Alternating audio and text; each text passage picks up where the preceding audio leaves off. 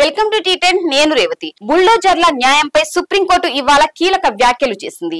Executive అధికారులు న్యాయ ప్రక్రియను తమ చేతులకు తీసుకోవడం సరికాదు అని సుప్రీంకోర్టు తెలిపింది. నిందితులను దోషిగా చిత్రీకరించలేమని, దాని ఆధారంగా వాళ్ళ ప్రాపర్టీలను నాశనం చేయడం సరికాదని అత్యున్నత న్యాయస్థానం తెలిపింది. కేవలం నిందితులో లేక దోషిలో అయినంత మాత్రాన వాళ్ళ ఇళ్లను కూల్చడం రాజ్యాంగ వ్యతిరేకమే అవుతుందని సుప్రీంకోర్టు చెప్పింది. వివిధ నేరాల్లో నిందితులుగా ఉన్న వారి ఇండ్లను అక్రమంగా కూల్చుతున్నారని వేసిన పిటిషన్ పై సుప్రీంకోర్టు న్యాయ విచారణ చేపట్టింది.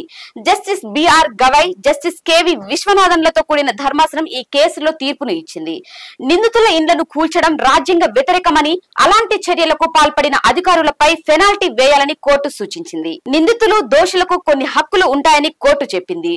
బుల్డోజర్ల న్యాయంపై దేశవ్యాప్తంగా అన్ని రాష్ట్రాలకు సుప్రీంకోర్టు మార్గదర్శకాలను జారీ చేసింది. రాత్రికి రాత్రే మహిళలు, చిన్నారులను వీధుల్లో ఉంచడం సంతోషకరమైన అంశం కాదని కోర్టు వెల్లడించింది. ఇండ్లను, అక్రమ ప్రాపర్టీలను ధ్వంసం చేసే ప్రక్రియను వీడియో తీయాలని సుప్రీంకోర్టు తన ఆదేశాల్లో పేర్కొన్నది. ప్రజా భూమిలో అక్రమ నిర్మాణం చేపడితే తమ ఆదేశాలు ఆ కేసులో అమలుకి రావు అని కోర్టు తెలిపింది.